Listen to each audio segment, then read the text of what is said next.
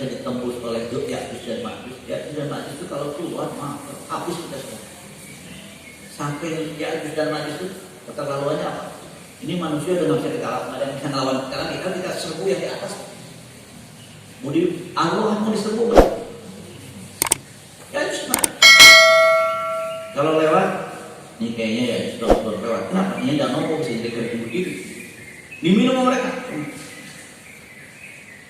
Tapi Zulkarnain punya teknologi ketika itu setelah membangun benteng tersebut ada rahmatul min Rabb. Coba teknologi tapi nggak lupa Allah ada rahmatul min Rabb. Kalau sekarang teknologi ini Tuhan punya ada nih. Ini Tuhan udah nganggur gitu. Jadi ilmu ditemukan karena Al-Quran di hati memuji Allah ada rahmatul min Rabb. Rahmat Allah. Sekarang teknologi mana disebut rahmat Allah? Tenang, 2 minggu lagi vaksin corona mabur. Yang menarik, vaksinnya disuntik, itu virus 6 bulan yang lalu. Ketika disuntik, virusnya udah mutasi. Kata Fadil Supari, benar saya. Jadi Fadil, Subhanallah. Yang saya menarik itu, setiap hari saya lihatin apa sih yang terjadi dengan India. Subhanallah. Gak ada yang satu pun mengatakan itu atap. Jadi lebih parah lagi manusia sekarang. Sudah ada atap, nggak dianggap atap. Itu mirip Samud. Samud itu ketika dikirim atap, nggak sadar itu atap. Ya sudah sikat habis. Samud. Ketika 3 hari panas, perasaan saya hari ini panas betul. Panas, nggak ada angin, kulitnya berubah sampai 3 hari nggak kemau panasan. Kemudian lihat, ada awan hitam. Bohong ini namanya Ardun mumtiruna, awan akan turun hujan. Ternyata awan tersebut adalah ribun fiha adzabun syadid. Wa asbahu la yura illa masakin. Habis. Gak disisakan satu orang pun orang. Gak bisa. Masalahnya ketika diturunkan atap masih nggak sadar itu atap. Tingkat habis. Gak tersisa satu pun atap. Nah, tapi kaum Nabi Yunus ketika azab datang, benar Yunus, kalau kita tidak beriman ini azab. 120.000 orang beriman semuanya. Azabnya begitu. Nah permasalahan kita ini di zaman sekarang ada azab, nggak ada yang sangka. Kejadian India saya lihat, nggak tahu akan terjadi ke depan. Ya. Kemungkinan yang dilaporkan itu hanya 1/5. 440.000 orang per hari.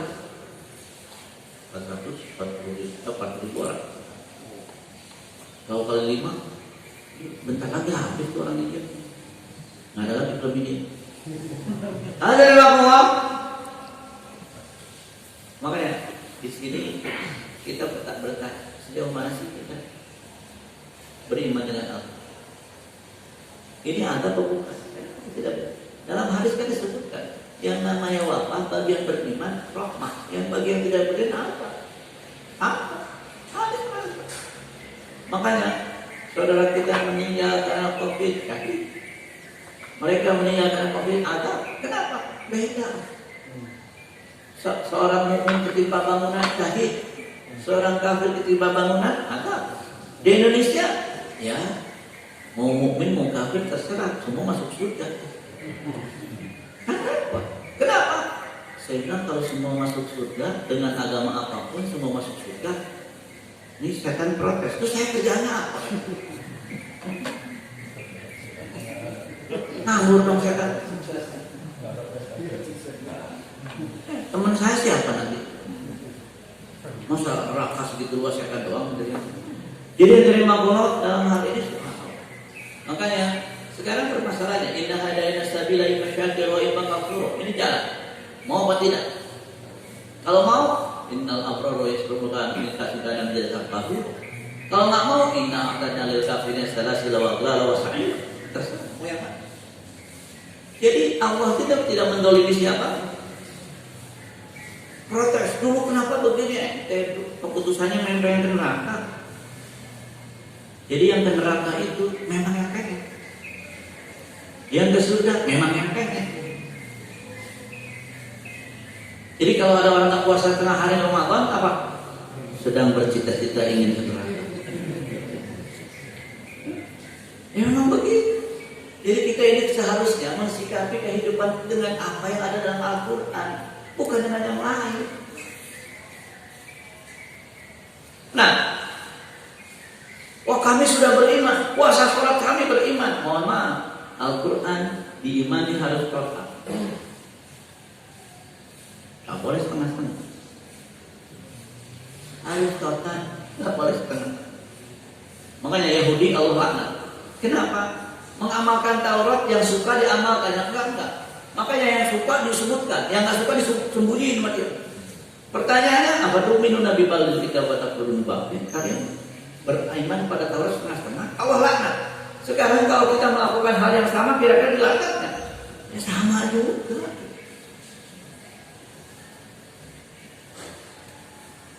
Al-Quran itu zikru. Zikru apa? Mengingatkan. Saya zikru itu the inspiring word. Jadi kalau dengar tambah semangat. Kalau dengar jangan. Kalau dengar tambah lemes. Makanya kenapa disuruh sholat tarawih panjang? Dalam surat Muzammil mengatakan inna sanulqi 'alaika qawlan tsaqila. Karena kita akan diberi beban berat. Al-Quran ini berat. Kenapa beratnya? Karena ketika kita ingin mengamalkan Al-Quran, orang munafik sudah keluar-keluar. Ya suduna apa sudah. Orang kafir ya apalagi. Jadi permasalahannya sederhana. Ini memang Al-Quran dan ini Quran. Kalian amalkan sejahtera dunia akhirat. Kalau enggak ini neraka. Tapi menarik, sebelum diazab biasanya kalau sudah keterlaluan orang ini membangkang kepada Allah, Allah sejahterakan dulu. Ketika dia sudah lupa, tiba ada siapa ya? Kan gitu. Nah, ada kamu Fir'aun semuanya sejahtera. Ketika sejahtera, bohong para rasul dunia, saya kafir sejahtera. Jadi seakan-akan kalau anda membaca mainstream itu seakan-akan mari berzina, ini saya berzina sejahtera loh. Mari riba, ini saya riba sejahtera. Mari pacaran, ini saya sejahtera loh. Ya. Jadi ada yang mau. Jadi kita sulit juga menjaga anak kita. Kenapa? Ya karena memang mainstreamnya mengajarkan yang haram semua. Apalagi ada slogan hormati yang nggak puasa.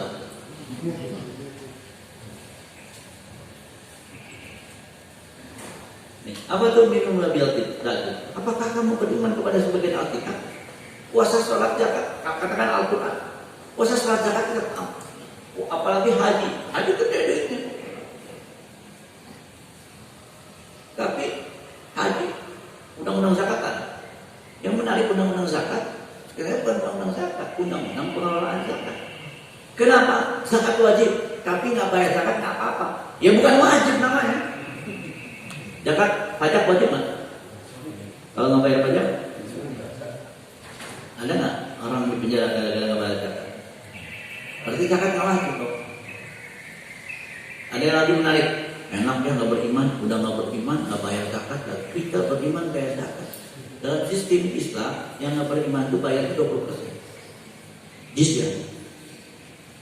Terus, ya gimana nggak murtad? Daripada kaya suruh zakat, mendingan nggak kaya, mendingan murtad sekalian. Kan ada orang juga mengatakan Islam itu masuk surga ini susah banget, mainan Kristen, gampang banget masuk surga.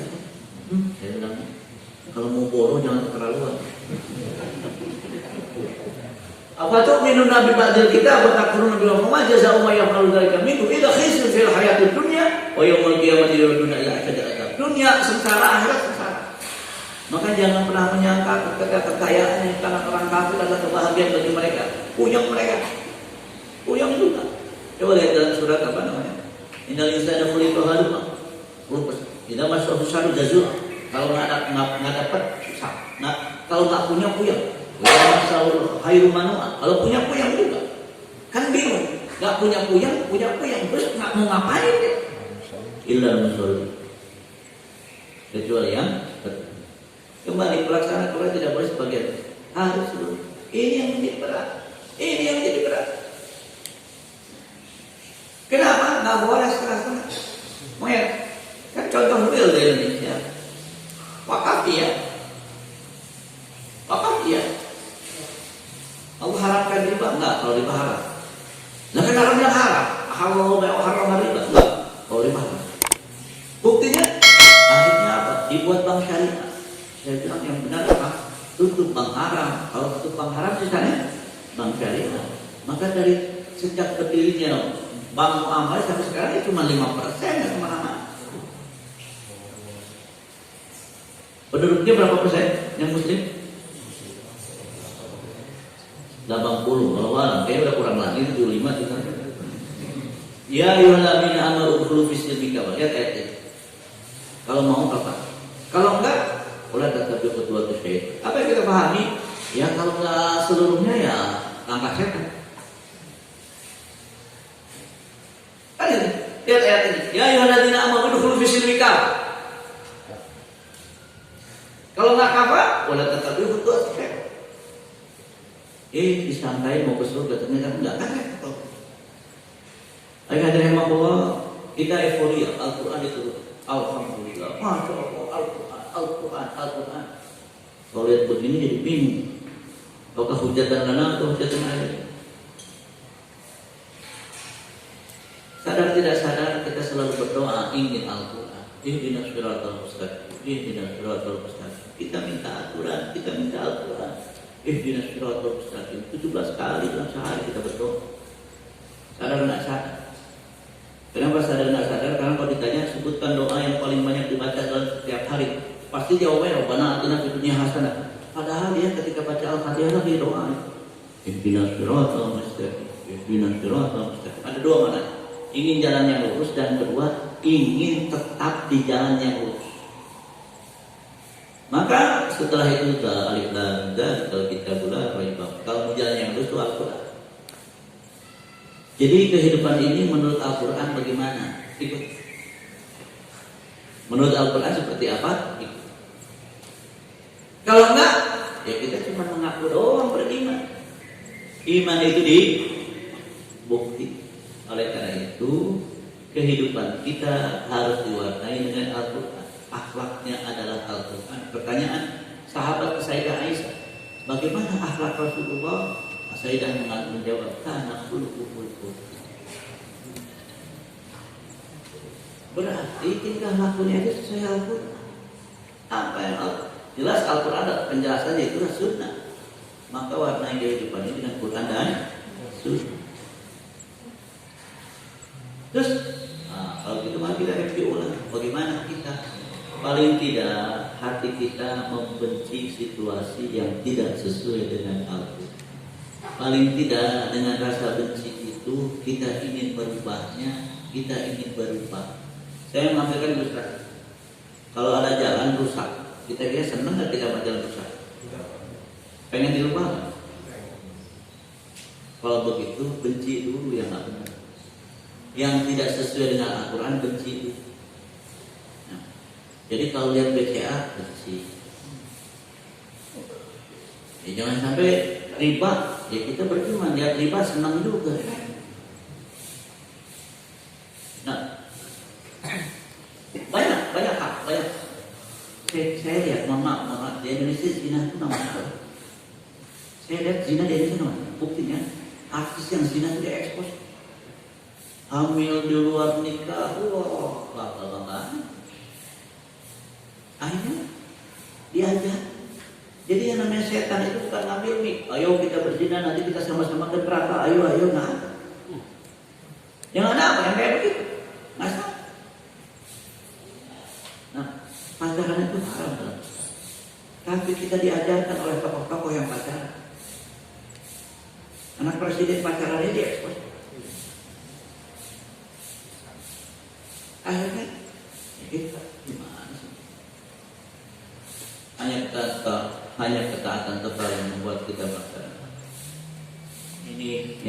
kita apa? Lau anzalna hadzal Qur'ana ala jabalin la ra'aytahu khashi'an mutasaddian. Membaca alhamdulillah. Setiap huruf paham. Memahami alhamdulillah. Mengamalkan alhamdulillah. Tapi harus jangan ditinggalkan satu ayat. Jangan ditinggalkan. Dalam segala. Di sini kita terasa ya Allah. Ya Allah. Yang mudah-mudahan paling tidak hati kita menginginkan seandainya kehidupan diwarnai dengan lau amana ahlul qura wattaqwa fatahna alaihim barakatin minas samaa'i wal ardh. Kalau kita beriman mengamalkan kalimat langit jadi rezeki, bumi jadi rezeki. Sekarang langit jadi banjir, bawah jadi ekuivasi. Orang-orang Arab saya ini hanya sekedar mengingatkan Ramadan adalah euforia kita karena Quran diturunkan. Ada yang masjid inna anzalnahu fi lailatul qadr, inna anzalnahu fi lailatul qadr. Sangat baik. Tapi tahu, apakah kita euforia bahagia dengan Quran diturunkan? Pertanyaannya, apakah kita memenuhi hafal Quran? Kapan Al-Quran menjadi syafaat? Bukan hanya dibaca. Sekali lagi, permasalahannya apa? Di antaranya paling tidak, kita ini jangan mengisi kehidupan dengan kemudian. Kalau kita katakan, sebagai contoh, baca surat Yasin, baca surat Mulk, itu akan ada akui Allah yang berkuasa di langit dan malakutus samawati. Makanya jangan ada yang berperan selain Allah. Jangan ada yang berperan selain baru ada Allah. Wasilahnya dokter ini Allah yang agar kita jauh dari kemudian, agar kita bahagia dengan Al-Quran dunia dan ada orang sejahtera. Ya saya bilang kalau sejahtera cuma di dunia saja ya nggak beda sama Fir'aun. Kira-kira sama nggak Fir'aun kalau sejahtera dunia doang? Dan Fir'aun itu subhanallah. Apa subhanallahnya? Istrinya cuma satu. Ya, Fir'aun itu nggak enak. Fir'aun segala, jadi istrinya itu istrinya nggak bahagia karena beda akidah. Saya kira yang saya sampaikan, bapak-bapak, kalau ada pertanyaan silakan, mudah-mudahan bisa jawab. Ya, silakan. Ya, Mas. Kalau referensi kisah-kisah yang ilmiah, ada referensi yang saya Cepat juga punya mereka. Cepat, mujizat ilmu itu cepat. Ya, mujizat ilmu kalau nggak salah ya mujizat ilmu. Atau ada sih mujizat ilmiah kalau nggak salah. Mujizat ilmiah cepat merilis itu. Tapi yang jadi masalah adalah mujizatnya segalanya tinggal satu yang ada. Diamalkan nggak? Apalagi kalau saya menteri semua agama. Dia bilang iya sih benar nggak salah. Cuman kita mayoritas berhak juga loh. Masa di gereja sholawatan? Ya, jadi yang di gereja kesal juga. Masa sih jadi sholawatan pada di sini? Silakan Ibu. Mau ngabar kok?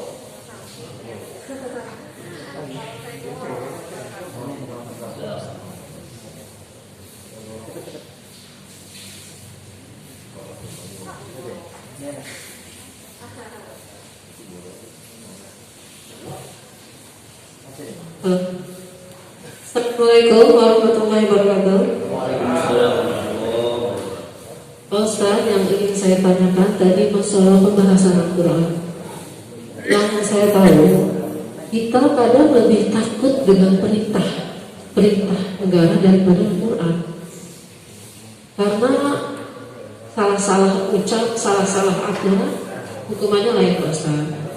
Dan satu lagi pertanyaan, bagaimana seandainya orang berbuat kejahatan seperti yang di Aceh, berzina dirazam, berbuat kejahatan di penjara. Apakah nanti di akhirat setelah kita dibalas di dunia, di akhirat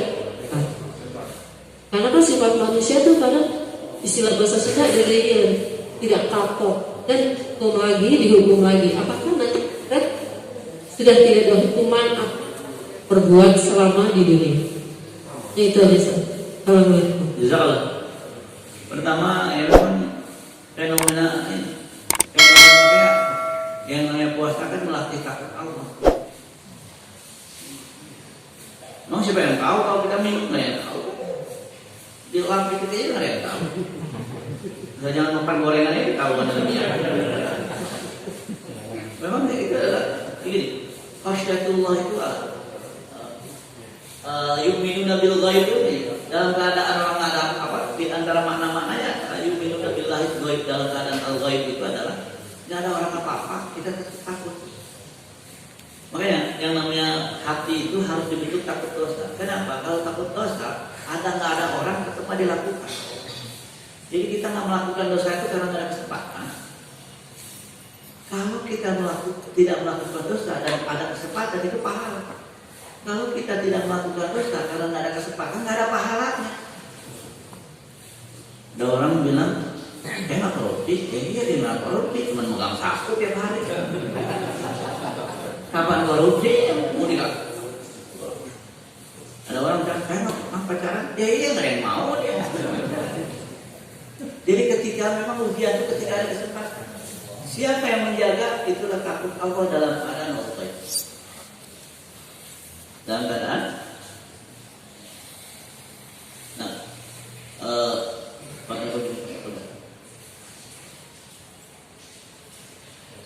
innal ladzina yakhshawna rabbahum bil ghaib, yakhshawna rabbahum bil ghaib. Kiri kanan nggak ada, kan puasa latihan. Maka saya mengatakan bahwa puasa itu latihan untuk membentuk manusia takut dosa. Kalau takut dosa ada kesempatan lah. Kemudian yang kedua, seorang yang berzina dirajam itu dosanya bersih. Di zaman Rasulullah ada Ma'is bin Malik datang ke Rasulullah, wahai Rasulullah, sucikan saya. Rasulullah marah. Kalau berzina obat adalah maaf. Pulang, kamu 3 kali 4 kali. Gak mau pulang juga. Apa yang harus saya bersihkan kata Rasulullah? Rasulullah saya bersih. Udah pulang. Kemudian pagi hari Rasulullah mengutus ke Anas pergi. Kalau dia mengaku baik, tidak. Kemudian sahabat diskusi, apakah yang dirajam meninggal dalam keadaan baik atau buruk? Satu mengatakan baik karena dia membersihkan dengan rajam. Satu mengatakan buruk baik gitu lah. Datang Rasulullah istaghfiru lima'is. Rasulullah, apakah Allah memaafkan Ma'is? Kalau dibalikkan taubatnya kepada kalian cukup.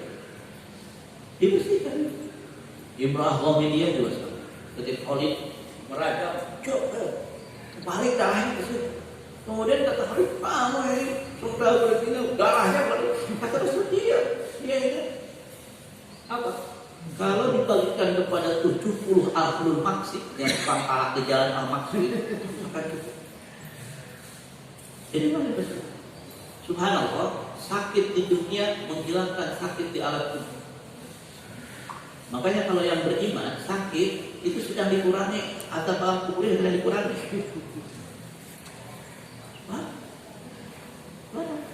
Maka Rasulullah kan sakit dulu, sakit keras. Nah, tapi jangan berdoa ya sakit tuh. Memang kok. Gitu ya. Kalau yang tidak beriman kayak kamu Atatürk, kayak itu mah ada persekot namanya.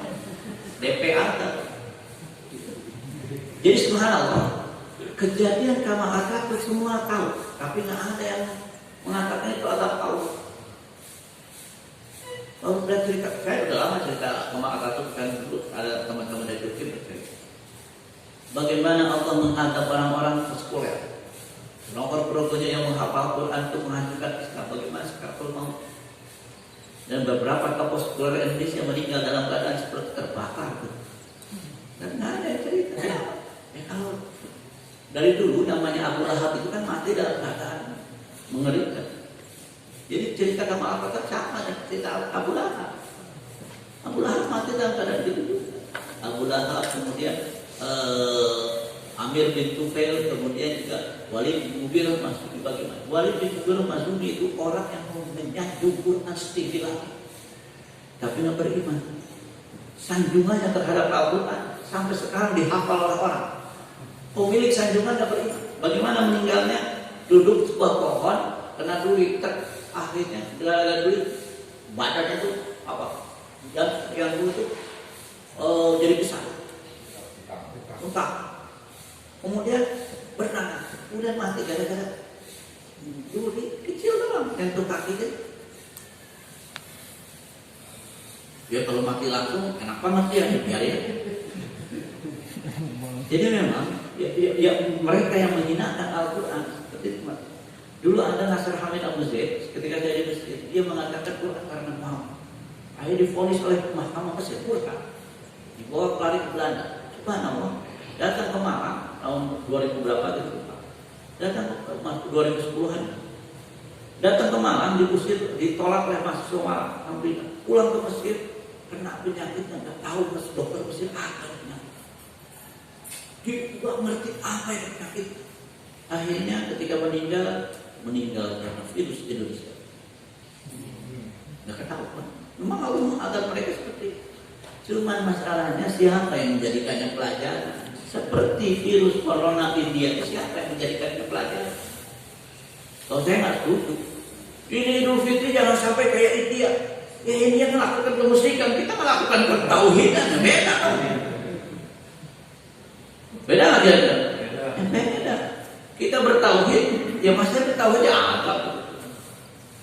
Jadi yang namanya beriman itu nikmat kemana-mana. Sakitnya jadi pahala, bencananya jadi syahid, ditusuk syahid, tenggelam syahid.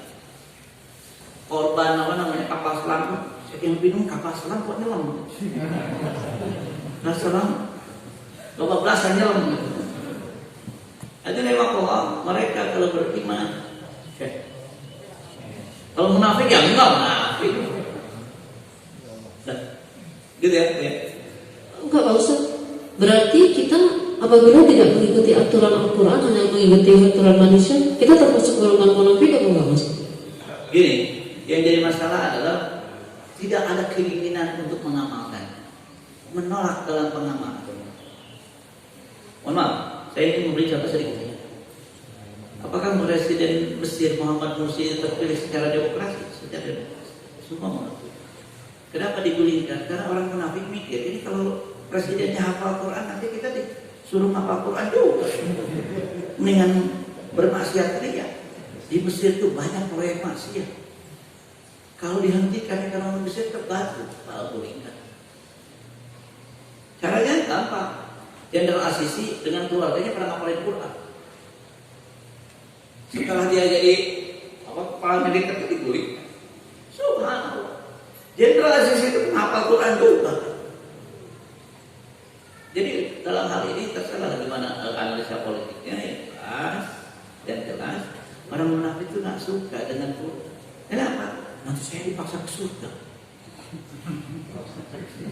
Mending mana? Ridho masuk neraka atau dipaksa ke surga? Yang mending ridho masuk surga. Jadi kadang-kadang Al-Quran itu afala taqilun, saya memahaminya bodoh banget. Bodoh banget. Apa itu bodoh? Sudah diajak ke surga, pengen ke neraka, emang bodoh. Bodoh nggak kira-kira? Kan afala taqilun. Makanya mereka ketika digiring ke neraka ditanya sama malaikat. Memang dulu nggak ada yang ngasih tahu, ada sih, cuman kita nggak percaya. Sangkain kita bohong, dia bohong. Kalau alam ya'tikum nadir, bala qajana fakatna qulna ma nazalallahu min syai'in antum illa fi dhalalin kabir. Wa qalu law kunna nasma'u aw naqilu ini. Naqilu ma kunna fi ashab saya. Kalau dulu kita menggunakan akal kita, mungkin tidak akan neraka. Maka yang ke neraka itu yang enggak berakal. Yang enggak berakal apa namanya? Kelok. Gitu ya. Jadi yang terima Allah, marilah kita euforia kita dengan Al-Quran untuk mengevaluasi. Dan itu bang, paling tidak ada hati yang menginginkan Al-Quran mewarnai negeri. Dasar, saya tanya, dasar. Kita mencintai negeri dengan Quran dasar. Saya kemarin ada lihat Ustaz Abdul Somad tuh mengiklankan gerakan selamatkan negeri dengan Quran. Walau ini. Yang menarik anak Bogom bilang Pancasila itu tergantung siapa yang megang. Kalau dipegang PKI jadi PKI. Padahal Pancasila sila pertamanya apa? Pantasnya PKI yang pegang. Sekarang nggak masalah. Jadi mohon maaf, yang berusaha untuk memisahkan Pancasila dari umat Islam adalah orang PKI. Yang mengatakan Pancasila tauhid itu kerjaan PKI. Terus kita, wow, anti kita jadi kejebak. Pancasila itu kita, ngapain lagi? Dan sebuah khutbah cuma saya teriak sekalian. Yang berhak dengan Pancasila kita. Kenapa? Mungkin saya hari-hari ini sedang mengikuti sekolah etik, di antara diajari oleh Rem Hanas tentang Pancasila, tentang apa sejarahnya. Saya bilang kalau begini kita dibohongin sama PKI. Bukan taubat Pancasila, masa taubat Tuhan yang Maha Esa. Jadi penghapusan 7 kata itu secara kata dihapus, secara makna nggak hilang gitu. Kalau dalam bahasa Quran itu mansuh, lafadznya mansuh tapi hukumnya tetap seperti hukum rajam kan gitu. Dihapus dari Quran, hukumnya tetap berlaku. Sama biadabnya kan. Kayaknya yang mengusulkan juga kayaknya tahu tafsir. Mansuh tapi hukumnya berlaku. Dan silakan lihat dalam dalam perjalanan Pancasila. Jadi hadirin dari Allah, jangan sampai ketika kita wah ini anti Pancasila, yang anti Pancasila dia yang teriak. Kenapa? Karena dia sendiri yang ingin merubah Pancasila jadi satu sila. Nah, jadi semuanya subhanallah, apa sih pertentangannya nggak ada. Akhirnya itu hadirin Allah, kita sebagai umat Islam berhak untuk apa? Mewarnai negeri ini, mencintai negeri ini dengan Quran dan Sunnah. Kalau khutbahnya Allahu Akbar, nggak boleh. Jadi seperti khutbah Allahu Akbar nggak boleh tepat. Jadi ini yang saya sampaikan pada kesempatan kali ini hanya rahmatullah pada akhirnya marilah kita cintai negeri ini NKRI dengan Quran dan Sunnah. Ada yang menolak? Nggak ada. Yang pada pulang PKI ini. Ya Ustaz materinya bisa sebagian boleh nanti saya kirim ke Pak. Saya bilang ke Pak Ketua DKM, ingetin saya kalau ada file yang ada di sini. Akhirnya sebulan nggak ingetin juga dari kirim. Udah. jadi ingetin cuma lagi bukanya. Nah, mohon maaf. Ada memang saya kali ini sekali lagi bukan apa-apa. Kayaknya memang sekali lagi saya udah 5 minggu ini mengikuti sekolah etik. Di antaranya diajarin Leman. Di antara kemarin ada Pak Yudi Latif. Buat disampaikan ke keluarga Ustaz. Jadi sekali lagi nggak ada yang salah dengan Pancasila. Kita beriman dan tidak ada secara kontradiksi dengan Pancasila. Yang mungkin hari ini anak Argon akan menyampaikan. Nah, barakallahu lakum, mudah-mudahan buat kita dan kita menjadi mukmin yang peduli dengan Al-Quran, kita mencintai negeri ini dengan Quran dan Sunnah. Barakallahu lakum. Assalamualaikum warahmatullahi wabarakatuh.